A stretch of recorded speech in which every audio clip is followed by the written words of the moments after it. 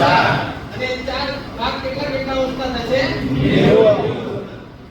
અને બાળકને ફરી પાછો 90 અંશના ખૂણાની ખબર પડશે. ફરી પાછું બાળકને આપણે કહેવાનું છે ઉપરથી લઈ ફરી પાછા એ 90 માં ભાગ કરો.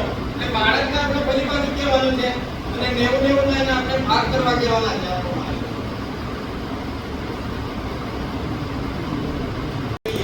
અને એની બાજુઓ જે છે એ સામસામેની સરખી હોય.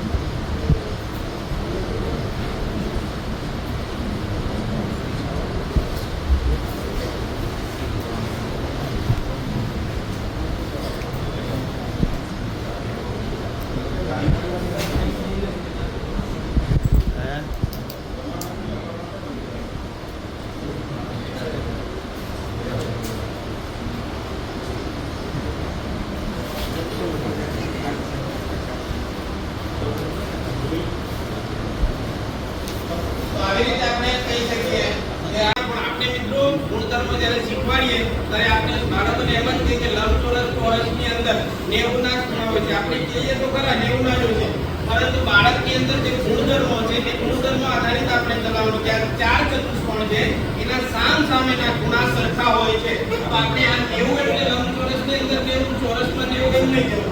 આપણે બાળકને એવી રીતે કહી શકીએ કે સામસામેના એના ખૂણા કેવા હોય છે સરખા હોય છે. ચતુષ્કોણની અંદર સામસામેના ખૂણા સરખા હોય છે. હવે વિકર્ણની વાત કરીએ તો વિકર્ણ કયા કયા સરખા હોય છે તો અહીં આપણે નોટેશનમાં બતાવી શકીએ કે જો આ બે વિકર્ણ સરખા છે કે નથી તો કહી શકીએ કે AD બરાબર BC. આ બંને વિકર્ણોની લંબાઈ કેવી છે સમાન છે. એટલે સમાન હોય તો એ આપણે સરળતાથી આનાથી સમજાવી શકીએ.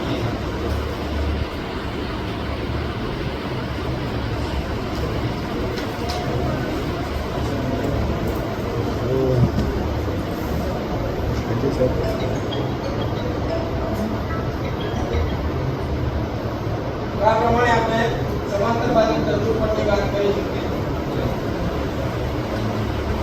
આપણે મિત્રો ગુણધર્મ જ્યારે શીખવાડીએ ત્યારે આપણે બાળકોને એમ જ કહીએ કે લંબચોરસ ચોરસની અંદર 90 ના ખૂણા હોય છે. આપણે કહીએ તો ખરા 90 ના જ હોય છે, પરંતુ બાળકની અંદર જે ગુણધર્મો છે તે ગુણધર્મો આધારિત આપણે ચલાવવાનું કે આ 4 ચતુષ્કોણ છે એના સામસામેના ખૂણા સરખા હોય છે. તો આપણે આ 90 એટલે લંબચોરસની અંદર 90, ચોરસમાં 90 એમ નહીં કહેવું.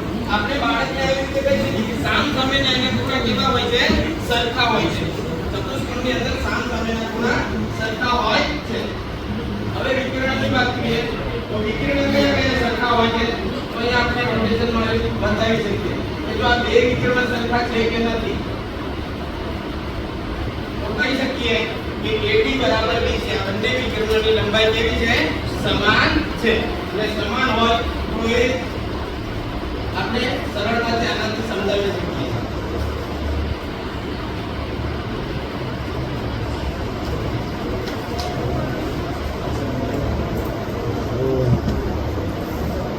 Thank you, sir.